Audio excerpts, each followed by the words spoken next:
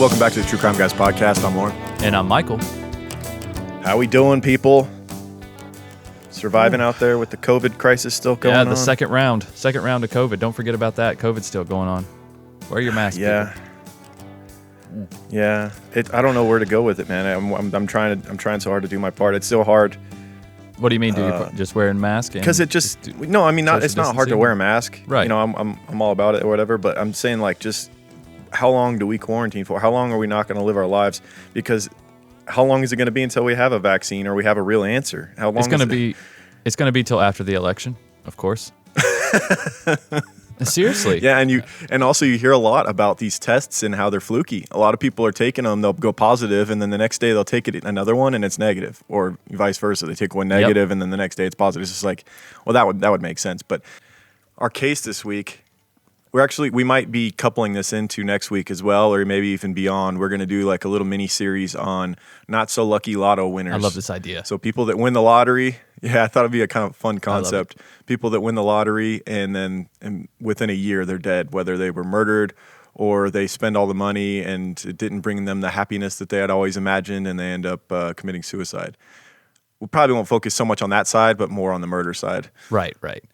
I think the suicide thing probably happens more often than we know, because so many people that play the lottery constantly, at least the people I know that are constantly buying lottery tickets, it's just, you look in the floorboard of their car, it's just scratch off after scratch off and shit. Like those people, their life's in shambles, right, and they're just hoping for something to change. Yes, and they think that money is going to change everything. Then once they do get it, if they ever get it, they're not equipped to deal with it. They don't know how to manage it. And not only that, they realize that their problems are much deeper. They don't have any self-confidence, or maybe they're just not happy at their job or what they've done with their life, or what their skills, what their talents are, what they contribute. They realize it's nothing other than money. Now it's just money. You know what I mean? How often do you see really affluent kids, coming from really rich families and stuff, and they develop a drug problem in their teenage years, mm-hmm. and they're depressed and they're on antidepressants and stuff like that. Yeah. And that's just because it's like, it's not just the money. You also need a sense of like you've accomplished something. Right. You need to. That's truly what makes. I mean, obviously, there's a certain level of money that everyone needs to be happy, because you need to be fed and you need to have shelter and things like that. And you want to feel secure. But beyond that, right. Beyond that, money doesn't go all that far. It's more having a purpose in your life and things like that. Right. When you start buying all these extra extravagant things, your happiness bar starts to drop pretty quick, I think. It spikes your dopamine temporarily, but then but your the next day it's like, okay, what next do I have to buy to spike that dopamine again? Exactly. That's what I'm saying. And then it takes more and more to do it. It's like using more and more of a drug. You know what I mean? You get more and more of a tolerance for it overall. So it's like, if a new, maybe a new dirt bike made you happy before, now it's going to take a new truck, and then it's like, right. Well, I need a new house. Oh, I need more land. You know what? I think I might get a private plane. You know what I mean? It escalates and escalates. And then with these lottery winners, it's not like they have money coming in. They're not business people. Yeah, most of the time they take the lump sum, right? Take a huge Which is hit, smart, and that gets taxed. You need to take the lump sum, I think, because what if the lottery goes under before you get paid out? You know what I mean? Right. I'm not saying I wouldn't. Right. Because, I mean, most of the time the lump sum should be more than enough to live the rest of your life if you're not completely stupid with that money. Right. But usually the people that win are. Well, because usually the people that win are the type that play the lottery all the time, and that's their ticket. That's their way out of their shitty life. And, yeah. I've bought a couple in my life, and it was mostly when I happen to be traveling through an area, and a lot of times the person that I'm with wants me to get one. I'm like, I'll get one too, whatever. Right. But yeah, the people that go and stand in line and like that's the only way they're ever going to be happy is if they hit that lottery. So that's not a good way to live your life. You can control your own destiny in many ways if you just work hard at things, as opposed to just depending on just a fluky thing happening to make you happy. Yeah, no doubt. Or, I know it's hard to do, and it's money management, dude, is impossible. You're somebody who's good at managing money, in my opinion, Lauren. But I think the majority of people have a hard time with it. But I thought of this idea. I told a friend of mine once, because he would buy $20 lottery tickets every week, right? So I was like, dude, instead of buying $20 lottery tickets and losing $20, I was like, why don't you buy a $10 lottery ticket and just save the other $10 and just keep doing that. And and see where you're it's at. like, it's just a small step. Like, you don't have to like uproot your life. That's not going to happen. I think that's what people listen to one Dave Ramsey concert, you know what I mean? Or like recording or TED Talk or whatever it is. And they automatically think like, oh, okay, now I know what to do with my money. And then they're just going to flip their life upside down and just stop buying all the things that they love and, saving everything. Yeah, you got to find a balance. Yeah, exactly. And it's a slow process into learning how to manage money, I think, and learning how to say no and learning how to not buy things just because it's a deal. I think I think it starts with analyzing yourself and thinking about what we just talked about. What is it about this thing that I'm looking forward to? Am I living my life just grinding away at work so that I can buy the next thing? And then when I buy that, it keeps me happy for about a week, and then I then have to find next said thing that is going to make me happy again. Yep. Am I sitting around going to work every day at a job I hate so that I can save up and buy the new iPhone that's coming out in November or whatever? That's really analyze, like, is this a good way of living, or should I find some stuff like a new passion or a new hobby or something that actually makes me happy as opposed to just buying things? That's a way that American life is very much like that. Right. Speaking of America, happy 4th of July, by the way. That was yesterday. Happy 4th of July. So to all the American listeners out there, happy 4th. Yeah. Happy 4th. It was a much different 4th of July. Definitely no lack of fireworks here in my People neck of the let woods. loose with the fireworks this year, God didn't they? almighty, Holy they shit. did. That was all over the country. It was like record sales on illegal fireworks. Jesus People were just like Christ. letting out their frustration. Bro, I watched in the air. I watched a fireworks show in my driveway. A neighbor across the street, man. I couldn't see his house, but he was on the other side of the woods, and I just saw fireworks just shooting up all damn night. Me and my son just sat in the driveway and just watched them.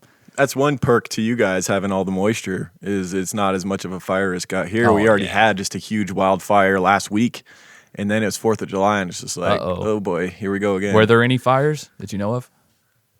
Other than small contained ones, Okay. I think there was nothing crazy. The wildfire just now got put out that happened last week, and that was pretty scary. It got to like 5,000 acres, and it was just raging. God damn. But they got it contained. The wind died down. It was really windy that day, so it just started spreading That like wind crazy. is brutal. It can be, man. That desert wind.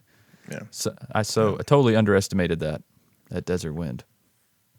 But yeah. Well, it's good. we're gonna get one started if we continue this 13-minute intro here. So let's dive into it. So as we mentioned, we're going to do a little series on not so lucky Lotto winners, but we plan to do a mashup episode and just have like a bunch of instances where that occurred, where someone won the lottery and then was murdered shortly thereafter out of greed. And then so I was going to do this mashup, and when I started doing the crime line, the first case I picked that was supposed to be a part of the mashup was so good and so detailed, it was just like, this has to be a whole episode. No doubt. So we'll do this case, and then next week we'll see where we're at. If we can, how long we're going to continue this, I don't know. Next week might just be a mashup of a bunch of them, and then we'll be done with it. Or we could continue doing full-on cases, depending on how much material there is. So let's dive into this one. It's pretty interesting. All right, let's do it. It's the bottom of the ninth, and you've got 2 strikes, Judy. Okay? I watched Cedric shoot him. So I was in the room. It was a drug deal, but it went back. And the guy's name is, something. I just found it out. But I'm telling you, Cedric took the gun and in cold blood did not even hesitate to shoot the man. And I seen it happen. Look at that stuff you did, Dede. Cedric was Look at all this stuff you've done. If there's ever been some good karma, you did it on this case. had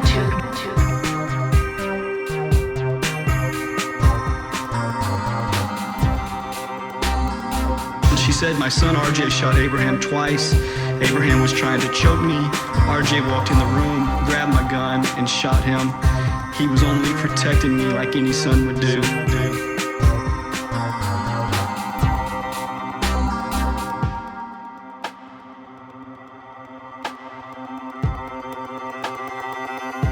So where you want to go to?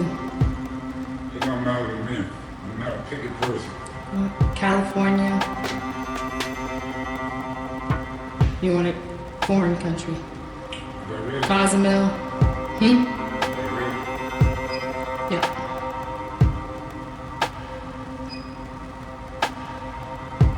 Well, how do you like How do you like your? Are you gonna miss your home? Yep, I miss it, but life goes on.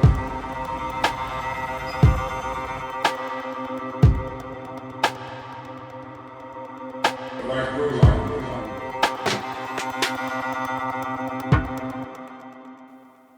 All right, our case this week, episode number 1 of the Not So Lucky Lottery winners, was a guy named Abraham Shakespeare. What a great name, dude.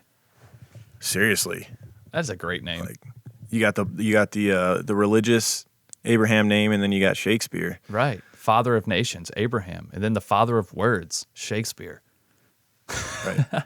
At least I think he has the most documented words, like to a single person, I believe. Don't quote me on that. But I think he's like he's got the most or the earliest documented words. Combination of names. No, like just I just bought a book not that long ago. I've been doing it, some of it in the palate cleanser on Strange and Unexplained, but it's called Brush Up on Your Shakespeare. And I was amazed at how many words Shakespeare was the first one to pen. Like, not saying he made them up. He may not have made them up. For all we know, he had like a little writer's crew that were coming up with these words. But they're words we still use today. A lot of them. Yeah. How Pretty prolific impressive. was that guy, dude? It's incredible. I was looking into him last night, too, just kind of like studying this case and hearing that word so many times, Shakespeare. I just kind of was like, I hear so much about Shakespeare, but I really don't know much about him. So I was just kind of reading his Wikipedia page a little bit. Man, prolific as hell. Just That's what I'm incredible saying. what one person accomplished in his life. Dude, he ran the It market. still, to this day, is almost brought up on a daily basis in conversation, by anyone. Yes. Crazy. It is. It's incredible. And to think that this guy might be a descendant is pretty cool, right? I mean, Yeah, I guess. he might I be. didn't think about that. Shit. It's his last name, so yeah, who knows? Yeah. Spelt exactly the same too. You go back no, far wait. enough, we're all related, really. Yeah, well, of course. Well, technically, Shakespeare has an E at the end of his name, and I don't think Oh, Abraham spells it with an E at the end. But anybody could have dropped the E. Those little, like back in the day, man, back in the 1800s, last names You pretty were much just got whatever. to pick your names, right? Yeah, it's like, how good of a speller are you? Not many people probably knew how to spell their own name or had to write it out often. So I think that's where all these different spellings of names that sound the same. I think that's a lot of how that came. I miss those names where it was like your profession, like shoemaker, Yeah, blacksmith. blacksmith. Yeah. Or I don't know. I can't think of another one offhand. But or what about like all the you were just named after your dad, like Johnson, Jackson, Donald's son. Right. It's just you're just Donald's son. I'm more than just my dad's son, all right? I'm Jack's son, the third. Thank you very much. All right. All right, so let's dive into Abraham Shakespeare, who was very lucky in one moment of his life, and then things quickly turned. He was born April 24th, 1966 in Lakeland, Florida. He shares a birthday with Barbra Streisand, Cedric the Entertainer, and Kelly Clarkson. Dude, who's what a who crew. group of entertainers there. That's a good group of entertainers. Seriously, very. I'm gonna go successful. Cedric. I like comedians. Dude, and I gotta like, go Cedric. More down to earth, right? He Barbara, though, great in her own way as a performer and entertainer. right. Just yeah. Cedric is with the name like Cedric the Entertainer. It's so fitting because he really is entertaining no matter what he does, whether he's on like a game show or in a movie or doing stand up. The dude, you can tell. It's just like wherever he's at, people are probably listening to him talk. Right. He's just one of those people. Yeah. And taking a page from the book of the whole, just making your last name what you do. He's just like, no one even needs to know his last name. It's just Cedric Right. the Entertainer. That's my last name. That's brilliant. God, we should all do that. Hey, dude, me and you be the same family. We'd be like Michael the Podcaster. Michael the Podcaster. Yeah, Lauren the Podcaster. God, that would be so douchey, wouldn't it? Yes, it would. Dude, if you like at a random party and people that have never met you, and I was like, I'm Lauren the Podcaster. Like, oh, fuck this guy. Just immediately turn and walk away. What the hell's a podcast? I don't understand why no one likes me. What's going on? Oh my God, so true. There are people like that too. Like it's like they've been podcasting for like a month, and it's just like they won't shut up about it. Yeah, well, We didn't tell anybody. We still don't tell anybody we podcast. I still You gotta have figure that family out on members your who have own. no idea that I have a podcast. No idea. But that's because there's just too many now, and they're just gonna assume it's shitty. Oh yeah. Like whatever. I just don't tell anybody. Their loss. Yeah, if you find it, you find it. Exactly. So we don't know. We don't have hardly anything on Abraham's childhood. So we're going to begin in 2006 when he was 38 years old. At this time, he was a laborer that lived in a working class neighborhood in Lakeland, Florida, where he grew up. He had, at this time, at 38 years old, he had no car, no driver's license, no credit card. He had grown up in Lake Wales and spent time in the homes in homes for juvenile delinquents. So it's safe to assume he had a pretty rough upbringing, just Right. judging by where he was at 38 years old. I don't think he got a whole lot of help from his family or anyone, Yeah, it and he had didn't made seem some like bad it. decisions. Yeah, I agree. He had a long criminal record. He mostly loitered. He also drove when he wasn't allowed to drive. As we mentioned, he had no driver's license. There was also an assault and a theft on his record. He had went to prison twice. After he got out in 1995, he was living with his mother. So life wasn't going all that well for him, and he's kind of one of those examples where I think he was kind of just scraping along and hoping that he would hit the lottery, kind of, Yeah, that's And what it one of seemed the very, like. very rare, one of the very rare instances where it actually happened. But he also didn't seem like he was incredibly unhappy with his life either. I mean, No, he was I kind think he'd of accepted content. it for what it was. Yeah, exactly. He was like, I may never hit the lottery, and that's fine, but I'm going to keep trying. Yeah, because I mean, he was really well liked by people he knew and people he worked for. Right. Very well liked, and he was as we see, he becomes very generous after he wins the money too. He's become a good dude. Right. I got that vibe. Is that maybe he'd made some mistakes, but he still had a good heart. Yeah. Well, he knew what it was like to struggle, Yeah. So Oh, he no wanted to doubt. help people out around him. So at this time, he was unloading trucks, washing dishes, and any other day labor that he could find to make a buck, even like sweeping up at a barber shop. Become good friends with a barbershop owner who plays a huge role in this case. Huge role. Huge. Yeah. So on Wednesday, November 15th, 2006, Abraham and a coworker named Michael Ford were headed toward Miami after making a few deliveries. This was, as I mentioned, a Wednesday, so it was a working day for him. They were out making deliveries. They stopped briefly at a Town Star convenience store in Frostproof, Florida, to buy drinks and cigarettes. Ford got out of the truck and asked Shakespeare if he wanted a soda. Shakespeare instead asked Ford to buy him 2 lottery tickets. He said that he paid Ford $2 for the tickets out of the $5 he had on him that day. So $2, 2 lotto tickets. Yeah. He only had $5 on him, and he was using almost half of it for the lotto tickets. Right. But he did pay Ford back for the lotto tickets. He paid him on the spot for Right. the lotto tickets, and Ford didn't want to pitch in. There was no agreement on, well, if you win, blah blah blah. Like he paid up front. People have an argument if they buy a lotto ticket for you and you hadn't paid them until after the ticket was bought. They have somewhat of an argument that they stake claim to some of that. Yeah. But you give them the money up front and they buy the tickets for you, and there's no agreement made prior or whatever, that you have no claim to that money unless they want to feel generous enough to give you some just because. And honestly, if there's no agreement beforehand, I still don't think you have any claim. I mean, even if you bought it, I mean, if there, I mean, I don't know. I know there's kind of some blurred lines there. I know there's been stories where people have been waiting in line and then they let someone go in front of them and then they buy the lottery ticket and then they buy the winning ticket. That's happened.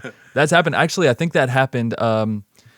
We had a big winner in South Carolina not that long ago, and that is exactly what happened. They even showed the footage on the gas. They showed the gas station footage of the gentleman letting this lady in front of him. It was an older lady. He lets her in front. She buys the exact same type of ticket that he was gonna buy, and she won. He was like, son of a bitch. But I think she ended up. Like she if you're gave him that some lady, money, you have to, right? Yeah, she gave him some like, money. I definitely would. I'm not saying I'd give him half, but I'd give him a good chunk, a life-changing amount. Yeah, because he was cool about it. He just went on the news and was like, I can't believe that happened. He's like, I'm happy for her.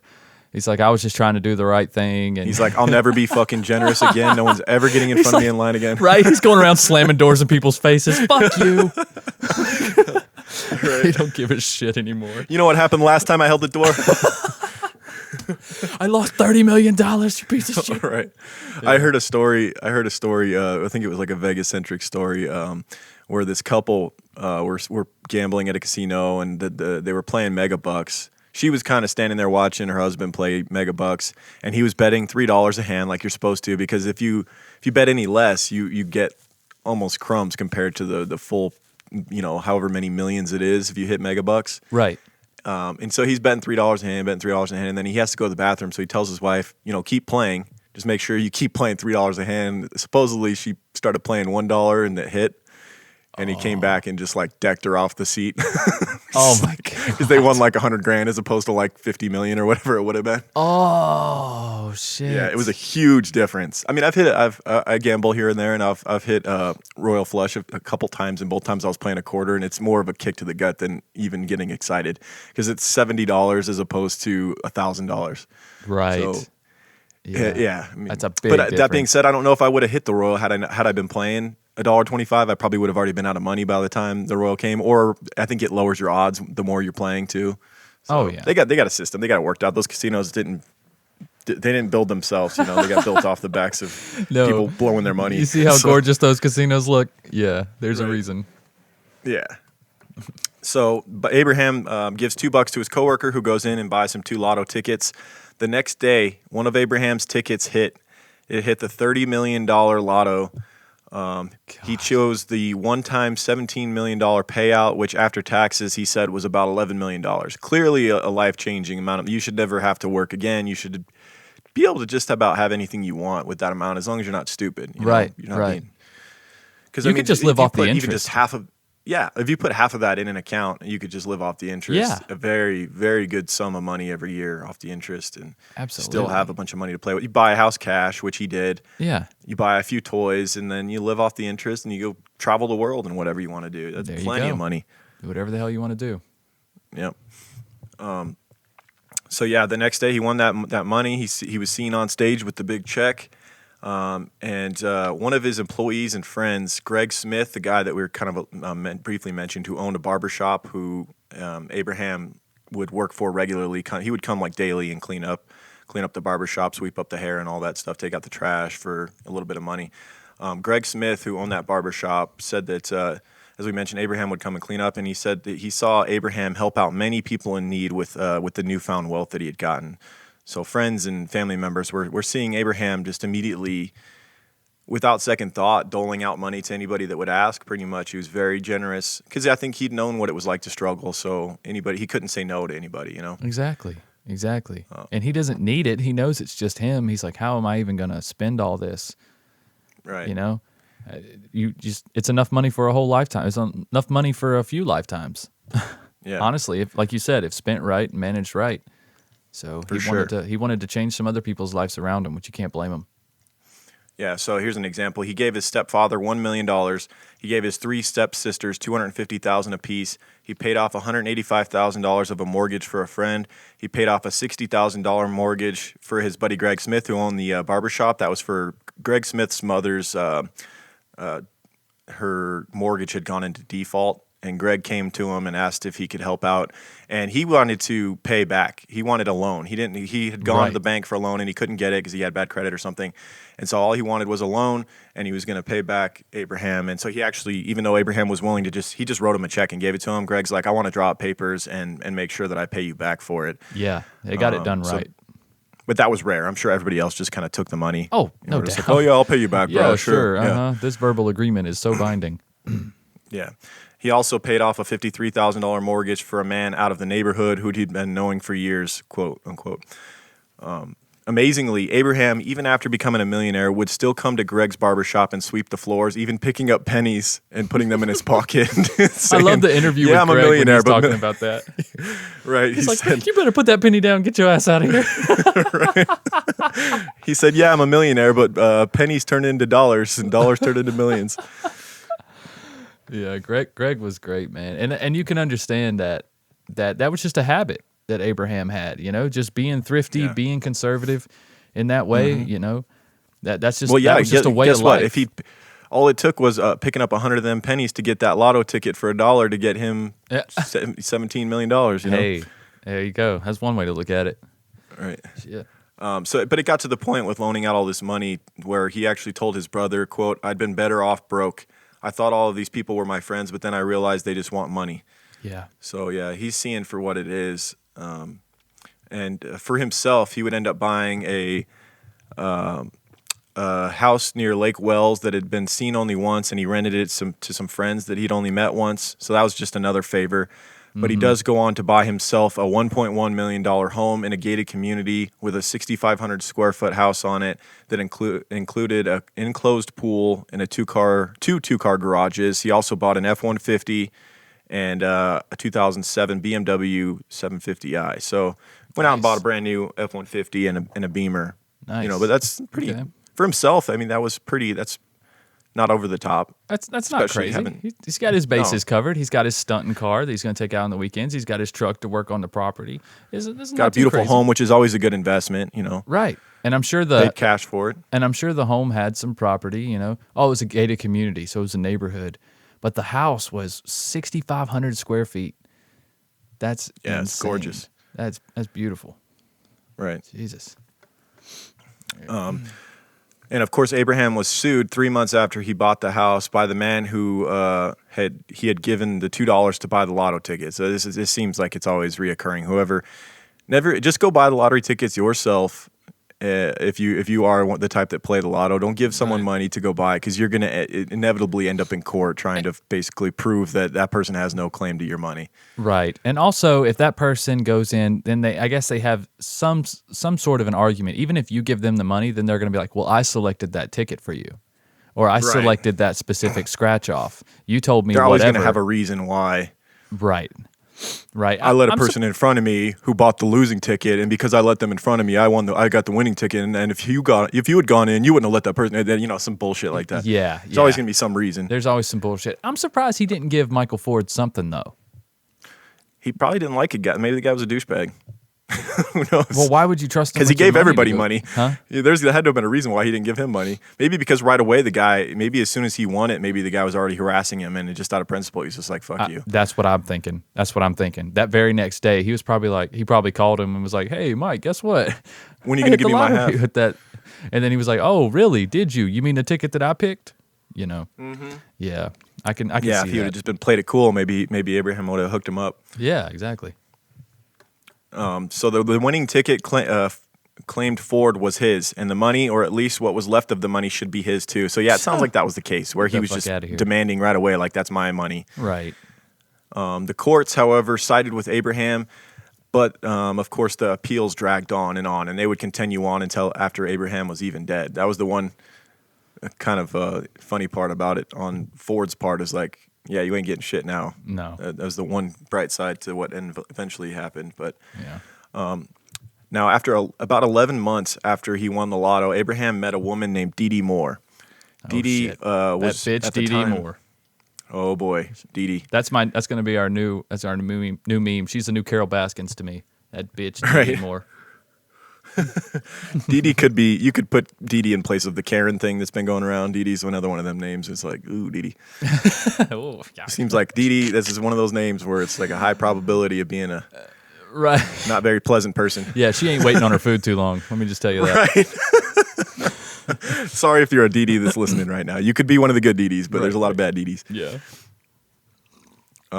So Dede at the time was running a successful nurse staffing agency in Lakeland, and tells Abraham that she wants to write a book about him and help him manage his money. So this to me already sounds very fishy. Sounds very fishy, right? Yeah. You just meet this woman and all of a sudden she wants to manage your money. Like, come on now. And After you also, won the lotto. if I'm Abraham, I'd be like, you want to write a book about me?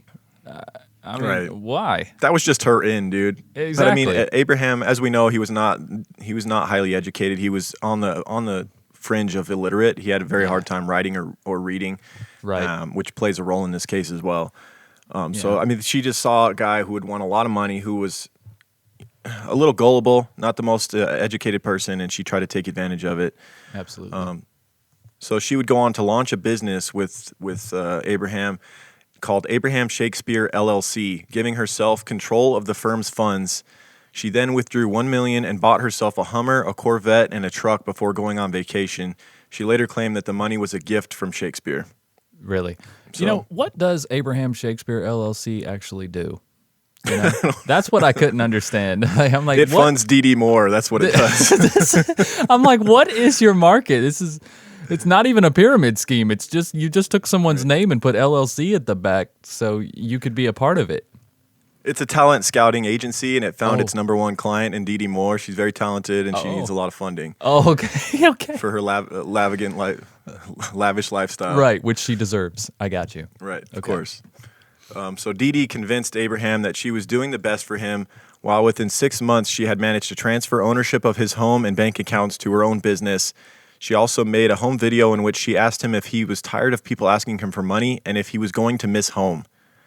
So Yeah. I think the video wasn't found until later, but had it been seen prior to him disappearing, it would have really pointed fingers at her, 'cause she's sitting here and basically saying like, Oh yeah. "You want to get away, right? You're tired of everyone wanting money. You need to get away. You need to get away, Abraham. Now that I've got all your stuff and you don't really realize it, Yeah. time for you to go on vacation and just kind of disappear." It's funny because in that video, Abraham's just like, "Would you leave me the fuck alone?" It looks like he's like trying to program this new CD player. Like he has one of those he has one of those You're CD so players right. with the speakers on the sides, you know, that you have sitting up Yeah. on your dresser, and he's got the remote and he's sitting there like messing with it, and just the whole vibe of his body language. He's just like, "Leave me the fuck alone, would you? I'm trying to Right. play disc 4 God here." damn it! Why'd I let Leave this me- woman into my life? Seriously, can't even listen to my damn music. Oh, Right. yeah, that was so staged. You're right. It was just obvious questions. He was trying to put words in his mouth, and you can't even really clearly understand what he says. He's so not into it that you can't. Right. You barely can understand him. Like I had Yeah, to like it's terrible max out lighting. the volume. You can't even see his facial expression really. Yeah, I had You to just like see like max. the eye roll. Like, what do you want? Yeah, exactly. Like I said, his whole demeanor was just like, "Leave me the fuck alone, please." Yeah. It was weird. And of course, it's around this time after she made that video saying, "Are you going to miss home?" that Abraham disappears. However, his family didn't really they didn't get worried right away because, of course, Dede was leading them on. Right. His family had last seen him in person in April of 2009. However, he wasn't reported missing to police until November that year. This was because all throughout that year of 2009, Dede had been leading his family and friends on, telling them he was on elaborate vacations. He was here, he was there, he was down in Barbados or Texas or wherever. He was just traveling around, getting away from people that wanted to take his money from him. Meanwhile, she was shaking down everybody that he had lent money to. She's going around and harassing them, saying that he wants his money back. Right. Yeah, and Abraham would never do that. No. He wasn't doing that shit. He didn't care. He might have been annoyed, but he wasn't the type to go, shake them down. He still had plenty of money. You know, it's funny. And maybe he just would have gotten a little bit more careful about who he gave money to because it was dwindling fast. Yeah, maybe. But you know what? When you listen to like Greg, his actual friend that owned the barbershop, when you hear him talk about it, he's like, Abraham gave this money here. Abraham gave it here. Yeah. Gave it here. And then you don't even realize, you didn't even start learning that all this was quote unquote loaned until Dede got into it. Right. It's almost like Dede told him like, whoa, why don't you just give these people loans and we'll keep track of all this. Now, who did you give this money to and how much? Whereas before, he was like, I still got millions left. Like, at least that's the vibe it seemed like from Greg. It seemed like he was giving the money away. I mean, Greg wouldn't take the money. He wanted to do a loan, but it seemed like everybody else he was just giving it to because most of them were family members. His mom, his stepdad, his brother, his sister. He's not loaning that kind of money to them. I mean, No.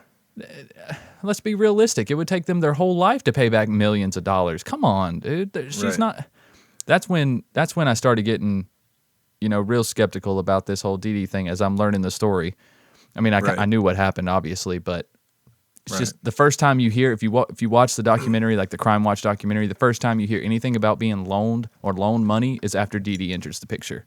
I think honestly, once he got his house and he was paid for, and he got a couple cars that he bought cash, I think he was content, and he probably wouldn't have spent much money other than, and he'd already Listen, kind of given yeah. his closest family members and friends. I think he would have lived on whatever few million he had left and hardly spent any of it. I really Listen, do. I the think man- he was he's a simple prepared- man. Yeah, he was prepared to live the rest of his life sweeping the floor of a barbershop and just having a Yeah. good time with his friends. He was content. Yep. He wouldn't still go to the barbershop and work and see people and pick up pennies if you weren't content. You know what I'm saying? Like he was cool. That's a good point. Like the fact that he was still going to that barbershop and sweeping up tells you everything you need to know. Yeah. He didn't drive by with his middle finger out the beamer to Greg Smith, like driving by the barbershop like fuck you. Like, Right, exactly. he still liked his lifestyle. He didn't have to grind for every penny, and he had a beautiful home to go to. And as we all know, work is so much easier to do when you don't have to do it. Right, when you It don't have is. to be there. You don't have to. It's so much easier. So she's Dede is still kind of trying to carry on this lie that Abraham is off on this elaborate vacation, traveling around, getting away from everybody, and his family's starting to look a little bit sideways at it. They're like, I don't know, man. I think we would have heard from him by now, And so she even gets to the point where she has to perpetuate this lie further. She ends up paying barbershop Greg Smith, the owner, $300 to impersonate Abraham over the phone to Abraham's mother.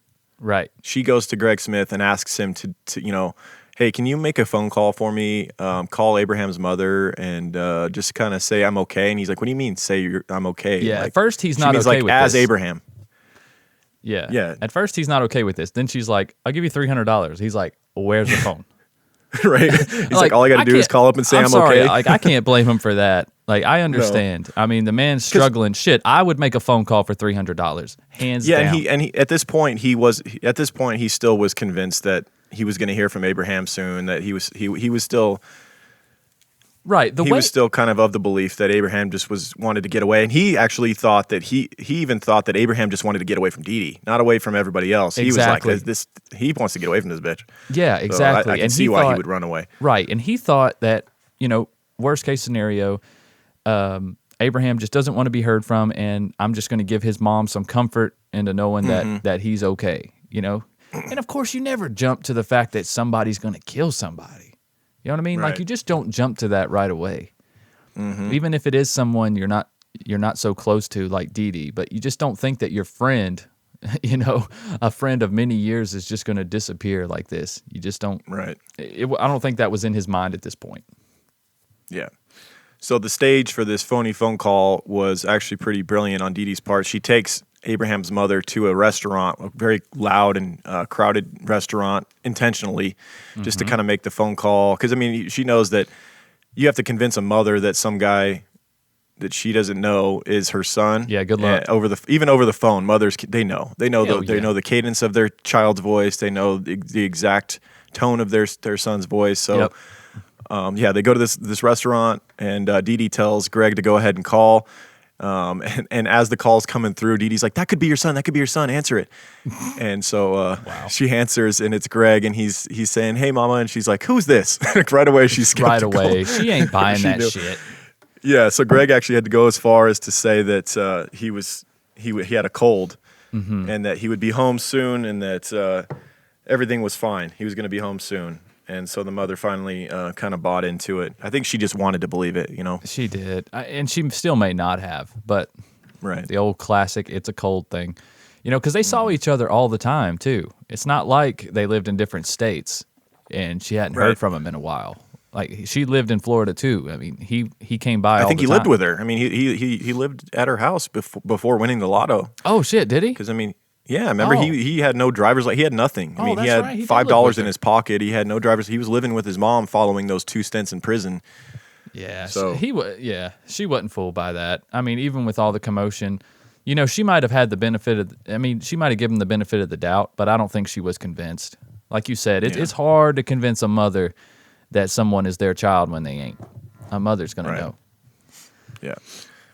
And so following making that fake phone call, Greg became more concerned. Maybe he started thinking like, this is just weird. She asks me to make this phone call, and he starts really thinking on it. So he actually calls Abraham and leaves a voicemail saying, hey, man, I want to hear from you. Give me a call. He almost immediately gets a text back, which said, quote, I'll call you in a little while. Uh-oh. He knew right away this couldn't be his friend, who was known by just about everyone he knew to be, as we said, on the fringe of illiterate. He wouldn't have been able to write even that cohesive of just a one sentence. I'll call you in a little while. That just didn't sound like Abraham to him. Right. Abraham more likely would have called back because he has a hard time writing and reading. So Abraham's was the guy that when you texted him, he would call you immediately. Be like, son of a bitch. Yeah. No, I'm just kidding. Right. That's what my mom will hate. do you one better. She'll text back, and then immediately you get the text, and then the call comes through, and it's just like, what was the point of the text? Yeah. She says the exact thing she just texted back. It's like, I don't understand what this is about. She just wants to talk a little further. You need further clarification, but she doesn't feel like texting. Yeah. Right. I know. It's hilarious. So, also by the time the phony phone call was made, Police had already been made aware of Abraham's disappearance and were tracking Dede. They witnessed the payment of $300 to Greg Smith for that fake phone call. So she pays him the $300 out in public. You know, they had been in separate locations, Dede being with Abraham's mother at the restaurant. So the next day, I think they met up outdoors somewhere, and the cops were actually tracking Dede at this point. So they see her give him $300, and now they're thinking that this is some kind of a. They're probably thinking Greg Smith was paid by her to kill Abraham at this point. Of course, they're gonna arrest. They're gonna arrest the black barber. Of course they are. Yeah, it's like who was paid as soon as $300. they witness her with the black guy, they're like, "Oh, arrest that guy." Let's right. Yeah, so they go ahead and they go ahead and arrest Greg Smith. However, when they get him, they sit him down. Just everything about him is saying that he's telling the truth. He's not nervous. He's just kind of like, I don't. He's got nothing to hide.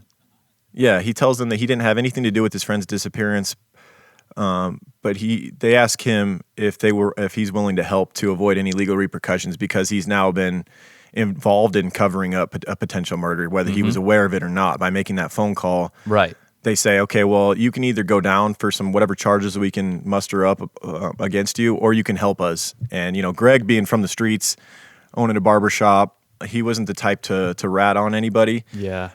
He did not want to help the police. Yeah, but he knew Abraham to be such a good guy that he was just like, and if he's told that potentially Dede killed his good friend, then she deserves to go down, right. and also Abraham deserves justice. He wanted to help just to kind of. Well, Abraham just gave him $63,000. Yeah, he deserves some justice. I mean, damn. Right. He basically saved his Greg's mother's house. Yep. So so he decides against his instincts to go ahead and wear a wire for the next meeting that he had with Dede to talk about Abraham. However, the first time they meet while he's wearing the wire, Dede is very suspicious and almost discovers it when she spontaneously yanks at his shirt saying, "Are you wearing a wire?" Holy, that's something out of a movie, dude. That's right. Right? That's something straight out of a movie. I wonder if it was his behavior. I wonder if he was acting differently because he had the wire. He'd never done anything like that. Right, he buttoned his shirt all the way up to the top button. Yeah. Gave it He's away. all nervous. Super suspicious. Yeah. Right. Oh, man. He then reacts by telling her, "What the hell's wrong with you? Get the hell out of my car. I don't want anything to do with you." And he plays it right. Yep. He does the right thing there and kind of gets rid of her suspicion. Well, he threw it back on her. He's like, "You don't trust me, then I don't trust you. Get away from me." Right. Yeah, then I ain't going to help you. Yeah. Yeah, so he then devises his own plan, actually. He's sitting there drinking a Red Bull when he gets the idea to cut the top off the Red Bull and maybe put the microphone down in there. So he tries it. He puts the microphone down in there. He sticks a little piece of foam over that to kind of add some weight to the can. Right. And then he decides that he's going to set that can on the console between the two of them the next time they have a little meeting in the car. And he would pretend to use that can as like an ashtray while he's smoking a cigarette. So it's in a perfect location to be able to hear the conversation clearly. Worked out beautifully because you can actually. I guess we should mention that there's a 3-part. Is it 3 parts on YouTube about this case? Yeah, the Crime Watch doc. Yeah. Yeah, Crime Watch doc, and there's actually the audio from their meeting in the car. He captured beautiful audio. It turned from out these really good. I conversations. was surprised because I was like, "Oh man, this Yeah. is going to sound muffled and echoey as shit if the mic's down in a can." But no, Right. it worked out pretty good. Maybe it even amplified their voices a little bit. Right. Yeah, it worked out good. Yeah. Yeah, it was very clever, and the cops were pretty impressed by his composure in their conversations, and also the idea with the Red Bull can. Yeah. Yeah, so during their next conversation, Dede tells Greg that she's scared of a man named Ronald, a drug dealer that's been threatening her, and she believes that he killed Abraham. She even says that this guy is very dangerous and that he threatened to kill her son. Man, it is sickening how often she used her son in this to try and get herself off in multiple occasions. She tries to say that people are threatening her son's life, and it's unbelievable. 3 separate occasions I can think of, but we'll get to those. Wasn't her son only a young teenager too? He was only like 14. 14, yeah. Yeah. God. She then asks Greg, so she's come up with this fictitious man named Ronald who supposedly killed Abraham and is threatening her now. Right. Why he would kill Abraham and why he's now threatening her and everything is beyond me. But yeah. She then asks Greg if he knew someone who would be willing to take the fall for Abraham's murder. So it's like, okay, this guy's threatening me. He killed Abraham, and now I need someone to pretend they killed Abraham and take the fall for it. Why? Yeah. So you could protect this Ronald character? Why wouldn't Right. you just go to It's the police like- and say Ronald killed him? Yeah, why are we finding I don't somebody understand. to pretend when you already know who killed it? She's so tripping, dude. I don't understand. She was panicking. She did not think this through at all. No. Greg said he knew a guy that was about to be spending many years in prison who would take the fall for the right price. The man was, of course, an undercover police officer. The police were like, "Hell yeah, we'll just This bring was up so an officer." easy. This was got to be one of the easiest things they've ever done, man. It was probably fun for them at this point. It was. It was. The man came along on the next meeting and sat in the back seat of the car and told Dede that he wanted $50K to take the rap for Abraham's murder. He told her that he would need the murder weapon and the location of the body, of course, if he needed evidence. If he was going to take the fall for this murder, he needs to know where the body is because he killed him apparently, and he needs the gun. Amazingly, she agrees. She decides that at the next meeting, she's going to bring them the gun that or whoever Ronald used to kill Abraham. Ronald. Mm-hmm. She brings the gun that she used, as we know, to kill Abraham, which was a hammerless Smith & Wesson snub-nose 38 special with a laser. That's a badass gun, though, to be honest. It was actually a pretty sick gun. Those revolvers. Yeah, and police found records of Dede having purchased that gun at a local gun shop, and also found out that she'd been taking training and taking it to the gun range to shoot the gun as well. So they've got her dead to rights already, and now she's about to make it even worse by showing Greg where the body is as well. Dede then takes Greg to a property she owns in Plant City, Florida, and shows him a recently poured slab of concrete where she says Abraham is underneath. And it's just a random slab of concrete, too. It's not like out in front of a building. It's not it's like near your driveway. It's just in the backyard.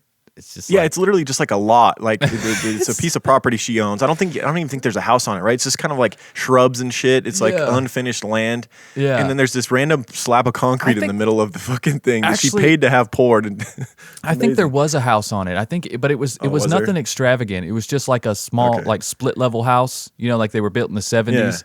But the slab was like out in the middle of the yard, like in a place that made no sense. Yeah, it did. It made no sense. She had like a swing set on it and some shit or something. Yeah. It was weird. So, I mean, she basically had hired a company she had hired her ex-husband to use his backhoe to dig the hole, and she was telling him that she wanted a pit to burn trash in, which is so illegal, first of all. Right. It's like, doesn't make any fucking sense. Why do you need a pit that big? Anyways, how much trash do you have? Do you even live here? It was 9 feet fucking deep. Oh, my God. Yeah, she then hired a company to pour the concrete, telling them that she wanted this pad of concrete in the middle of the lot and in a really random area to just park like a boat on. It's like, okay. Of course. Mm-hmm. So when after she had taken Greg there to show where this pad of concrete where the body was, the police, that's all they needed. They got a search warrant the next day and got to digging with their heavy equipment, and they dug up the hole, and 9 feet down was the body of Abraham. He'd been shot multiple times in the chest and stomach.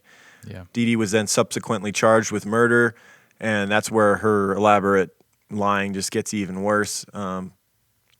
She tried to say that she had nothing to do with it, that it was this Ronald character, but when they confronted her on Ronald and they said, dude, come on, Ronald doesn't exist and you know it, she then broke down and tried to say that her 14-year-old son, here's where she uses him again. First, earlier she said that her 14-year-old son was being threatened by this Ronald character, that Ronald said he was going to kill her son. And now she's saying that her 14-year-old son was the one that killed Abraham in her office. Her 14-year-old son shot shot Abraham. She was saying that Abraham tried to attack her, and then her son came in and shot him. Was protecting her. Yeah.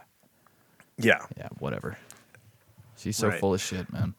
Yeah, and then after she gives up on that story, she tries to say that the police framed her and that the police were threatening to kill her son and that she was gonna find his chopped up body on her doorstep. This is how sick this woman is. She's used her son 3 times, her teenage son, as a means to try and get off for killing a man. Unbelievable. That's heartless, man. That's heart. Any person, any mother that would throw their child under the bus, that's everything you need to know about why this woman did this or how she could have done it. That's everything you need to know right there. Yeah, she's just a selfish, compulsive liar. She's a sociopath. She was interviewed. They went and interviewed her. Crime Watch. They went and interviewed her in prison. That got nowhere. And you could just see the.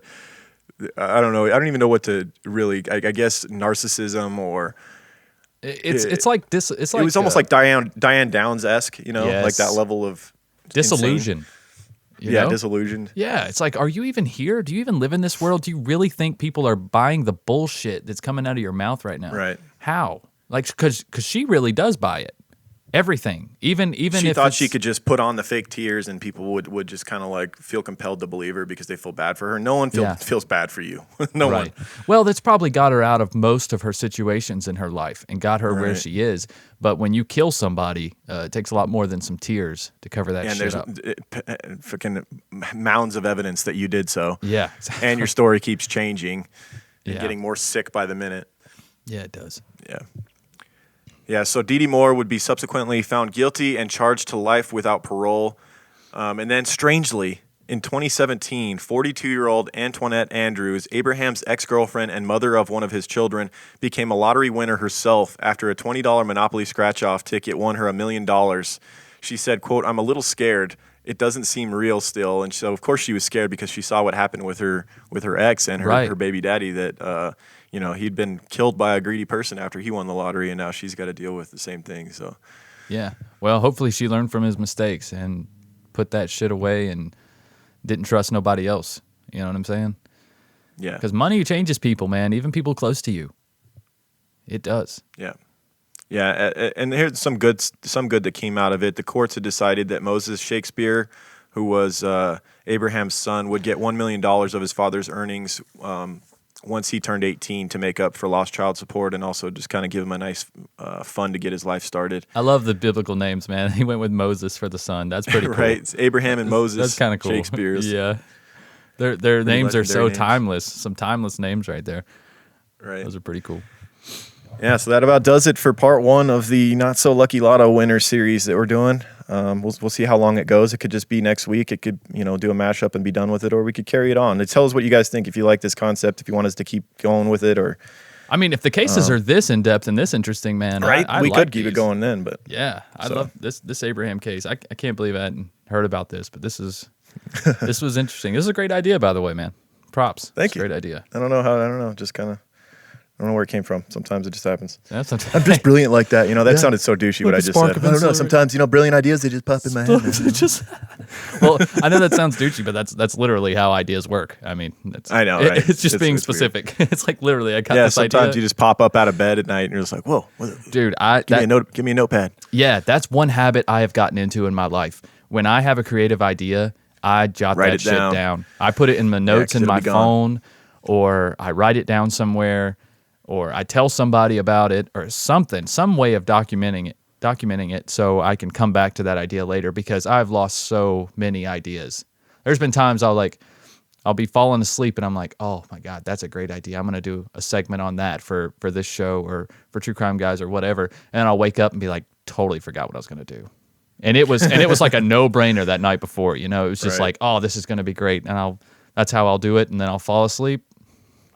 It's gone, man. You gotta write those ideas down, because inspiration it's scarce sometimes. Very scarce. You got to capture it. Just like, what else you got to capture? What's that? You got to capture that bad BO in your pits with some, oh my God. Oh, you got to capture it, man. Keep it in there, and then let the good stuff Yeah. out, right? Yeah. Oh My Gaia. Oh My Gaia is an innovative, all-natural deodorant, fragrance, and beard oil company specializing in paraben and aluminum-free products. Their innovative line of deodorants inhibit the growth of odor-causing bacteria while maintaining effectiveness. At Oh My Gaia, they use only all-natural, paraben, and aluminum-free organic ingredients. I'm rocking some Egyptian musk today, man. I'm really back on the Egyptian musk chain. As if you guys haven't noticed. Been wearing that quite a bit. There's tons. What are you I don't wearing know that today, I've Lauren? tried that one. I don't know that I've tried that one. Oh man, I love it, dude. That's one of my favorites. You know what? Today, I actually stole some of my wife's pear to give it a try. Oh, what do you Delicious. think? Awesome. It's very unisex. It just smells like, pear. Pear is Yeah. not necessarily feminine or masculine. It's kind of Right. Everybody it likes just smells pears. good. Yeah. Yeah. Pears are great. And there's tons of other scents too, guys. Vanilla, cherry almond, sandalwood, lavender, lemongrass, coconut, dreamsicle, leather, lumberjack, honeysuckle, fireside. And then we have our very own scent called True Crime Pine. And also pear, as Lauren's just suggested. But Yeah, True and we just Crime gave away Pine. 3 jars of in the last Yes, 3 weeks. So that's right. And Hopefully, you guys that are getting those very soon, if you haven't already gotten them, post and tell us what you think. Yeah, I think some people probably already have. But we have our very own scent called True Crime Pine. It's also a unisex scent. Very cool. Has our old mugshot logo on it, which the mugshot logo is no more, if you haven't noticed. Oh, yeah. We haven't really talked about on the show yet that we got a new logo. I'm sure you're looking at it right now as you listen to the show. Yeah. That was brought upon by a listener who told us that our last logo with the headshots, when one of us, I think it was me, appeared to look eerily similar to Chris Watts, and I was like, nah, we can't have that. We got to change it. Yeah.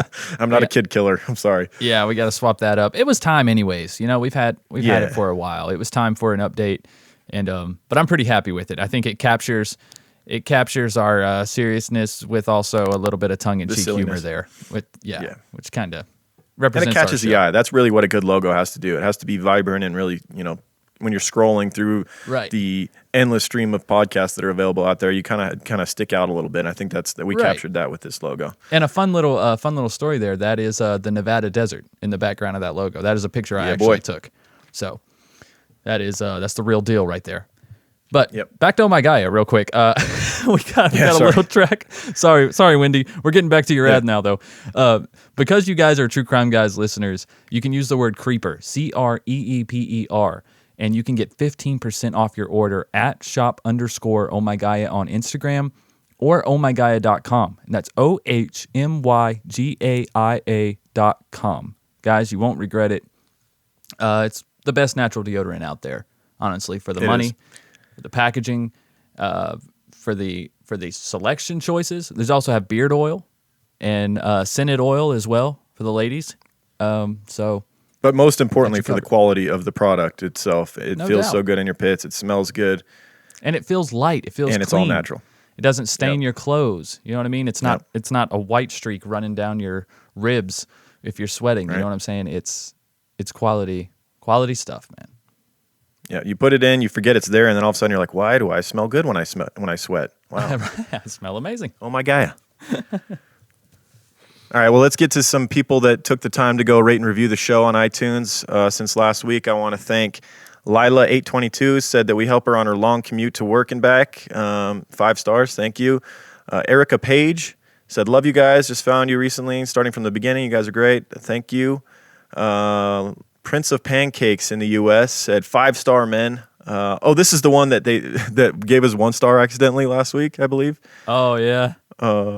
And they went and fixed it. They apologized, and I was like, dude, it's all good. That was one of the best reviews we've ever had. It just was unfortunate that it was 1 star. So they went and fixed that. Oh, that's the one that captured like everything about they captured like every inside joke we have in our show in like one review. Right. That was awesome. I believe that was the one. Yeah. It says, if you love true crime, murder, music, speculation, off-topic banter, slightly twisted humor, cult crap, mispronounced city names, bad accents, Bill Burr impressions.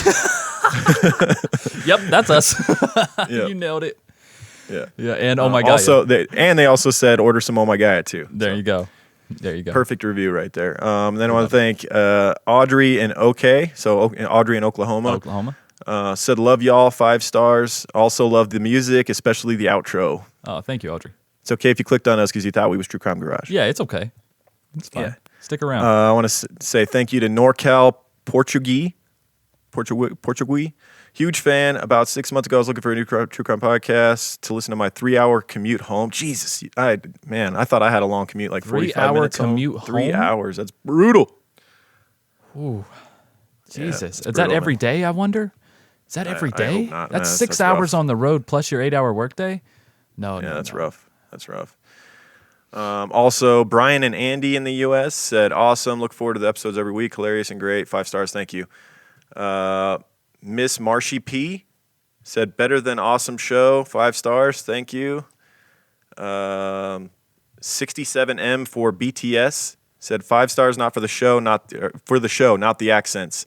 This one was kind of cool. They said, just started listening and already hooked. Thanks for giving me another true crime podcast to listen to. I've been sharing with my friends and roommates. A majority of us are actual criminal justice majors with some in forensic science, and it's dope to have something that's informative but not. No, I got to click on it because it's too long. Oh, gosh. But not too serious. Also, one of our professors plays True Crime Podcast every Friday, and a class of 45 listened to your Eric Smith episode via Zoom, and they loved it. What the hell? Oh, wow. You know, that's one area of our show where I always get a little bit insecure where I'm like, I don't know. We don't have any formal education on like criminology or anything like that. We don't have any degrees. We're just a couple of schmucks that have normal day jobs and record a podcast, you know. So when we hear from people who actually study criminology and have degrees and things like that, it's pretty cool to hear that they actually like it, you know, that they're not just sitting there rolling their eyes the whole time. I agree. It is. It's not humbling really, but all we do is we put in work to try and understand it. We've read a lot of books on serial killers and on criminology and stuff, and it does not by any means give us a degree or anything like that. But I mean, we've at least put in effort to try and understand how the justice system works and all that stuff. So if we're doing okay at it, then that sounds good. And I think it's the levity that people appreciate the most. Honestly, we're not coming across like we're trying to lecture you guys or anything. Right. Like or trying to be anymore. dark and creepy. We're just talking about crime like people like to do. And I think as a criminal justice major, you hear enough bad shit. You hear enough dark stuff like we always do. Enough bad stuff and enough legal mumbo jumbo too. Right. So, all right, and the last one I want to say thanks to Bree and Jack, 5 stars, and said that they've never written a review on a podcast before except for ours. So thank you. That was pretty flattering. Yeah, absolutely. The only one they've felt compelled to go write a review on. So yeah. Well, thank you. You should review other podcasts you like though. Yeah. Hey, wasn't there someone that messaged us on Instagram that said that they had written a review a long time ago and they never got a shout out, and they were from another country, and they were wondering if we don't see those ones or something? Oh yeah, it was. I'll look it up real quick. Finland, if you want to talk about Patreon for a second, think. and I'll find it. Okay. Yeah. Yeah, guys. Patreon.com/truecrimeguys. It's a great way to get some extra content, especially if you've burned through all these freeloader episodes. There are, if you don't know, once a month we release a Patreon exclusive episode that is usually a longer episode. A lot of times they're big hitters in crime. They're like Bundy, Gacy, or different scenarios like the Ruby Ridge incident or Jim Jones or things like that. But that's once a month we release those episodes. And for just $2 a month, you guys can get access to those episodes so you can hear True Crime Guys every week. And also, you have access to tons of other bonus recordings. There are some times where Lauren's at work or whatever, and I'll call him, and we'll have just 45 minutes to an hour conversation about funny things like mafia slang or 18th century terminology, criminal terminology, or whatever. Stuff we know nothing about, basically. Right. And it's just a fun conversation, a way to shoot the shit, give you guys some behind the scenes. Yep. And but yeah. Also, you get what 35 episodes of Michael's former show, Higher Thoughts, where he used to just kind of sit around and just talk and like answer listener stuff. And also we had go ahead, Higher Thoughts. Sorry. Oh, I was going to say with Higher Thoughts, we had Esther Ludlow on an episode from Once Upon a Crime. Lauren, me and Lauren have been on at least a couple episodes. I think. Yeah. And then there's been some. I called some friends from back home when I was living in Vegas. There's people on there. My wife is on there a lot. We have a lot of conversations. Higher Thoughts is a great palate cleanser if you're looking for something to kind of take your mind off true crime, or just to get to know us a little bit better, or just to hear some different things. I do a lot of different musical things on there as well, or I did. But yeah, so that's. Yeah, you get like 35 episodes, 35 like start to episodes. finish. The whole Higher Thoughts series is part of our Patreon. For $2 a month, you get access to that. There's also been a few occurrences where we've actually had conversations with patron members and listeners of the show. Yes. There's a few of those recordings. There's so much crap. There's like 130 or plus audio recordings on Patreon. You get access to all that for $2 a month. Yep. And if you want to go $5, you get the very prestigious gold Creep Van sticker, which a select few people in the world have. So that gets you access to that. Only way to get it. The only way to get it is $5 patron. That's right. Yep. Even if you offered us $500, we would say no. You have to become a $5 patron, and then we'll send you a gold sticker. There's no way to get it other than no other way to get it. We got to hold to those. Yeah. We got to hold to those limits. Yep. Sorry, but yeah. So that's the True Crime Guys productions there as far as that goes. And then if you are a patron and you're already caught up on all that stuff, and that's still not enough for you, we have a whole nother show that we started about, 14 weeks ago now, called Strange and Unexplained. The new episode just released this past Monday, and it was on a little town in Kentucky called Bardstown. If you haven't checked this out, you should check out Google Bardstown Murders. and go down. There's also a great that podcast wormhole. series that was done on it as well. Yes, I mentioned that in Called the show. Bardstown. Yeah, I mentioned that in the episode. Very strange. It was recommended by 3 or 4 different listeners, so I had to do it on Strange and Unexplained. But yeah, so if you guys get caught up on true crime, guys, and you want to support some of our other work, we have Strange and Unexplained. Like I said, it's a new show. It focuses more on unsolved, missing persons, things like that. But there's also a Patreon for that as well. It's patreon.com/S&U podcast. But we'd appreciate you guys if you at least check it out on the free platform, leave a review, tell your friends. We appreciate it, guys. That's the best way to spread the word for the show. Tell your friends, downloads, subscribes. That's how we grow this thing. If you guys want to unsubscribe and then resubscribe, that might be the best way. Frankly, if we're trying it seems like it, right? to climb the charts, that's apparently what has to happen. Maybe we try and experiment to try and cheat the system. You guys unsubscribe and then resubscribe when you listen to this real quick and see what happens. See if we shoot to the top of the charts, because that's apparently how the charts work, is by off of subscriptions in a day or some shit. Maybe for one day we'll be kings. Yeah, exactly. But it only takes a few days up there, and you kind of can start getting that snowball effect, with new listeners. True. More people will find it because it's high on the list. Because it's up there. That's right. Yeah. That's right. I mean, ultimately, we're still happy with where we're at, but it would just be kind of funny to see what it would happen if that's how it works. Because reviews apparently are not how you climb the charts. That being said, we still are so appreciative of people that leave reviews, because it's just a good kind of marker for where we're at. Seeing that many people have felt compelled to go write a review. They like the show that much. Over 1,600 people now. Or hated the show that much. Right. Yeah. That leads me to Sam in Norway, who we kind of mentioned a minute ago. She never got a shout out. I guess she left a review like a year ago. So thanks to Sam in Norway for leaving us that review a year ago. And here's your shout out, Sam. Appreciate that very much. And that about does it, guys. Thanks for tuning in for another episode. And we'll see you next week for some more unfortunate lottery winners. Yes, we will. All right, guys. Thanks for listening. Keep creeping. Keep creeping, guys. True crime guys, in the desert we like a mirage. It's okay if you clicked on us cause you thought we was True Crime Garage. Now we ain't mad at you, sit down, let us talk at you. I'm talking to the creeper army, we out here making murder, get murder. True crime guys, in the desert we like a mirage. It's okay if you clicked on us cause you thought we was True Crime Garage. Now we ain't mad at you, sit down, let us talk at you. I'm talking to the creeper army, we out here making murder charming.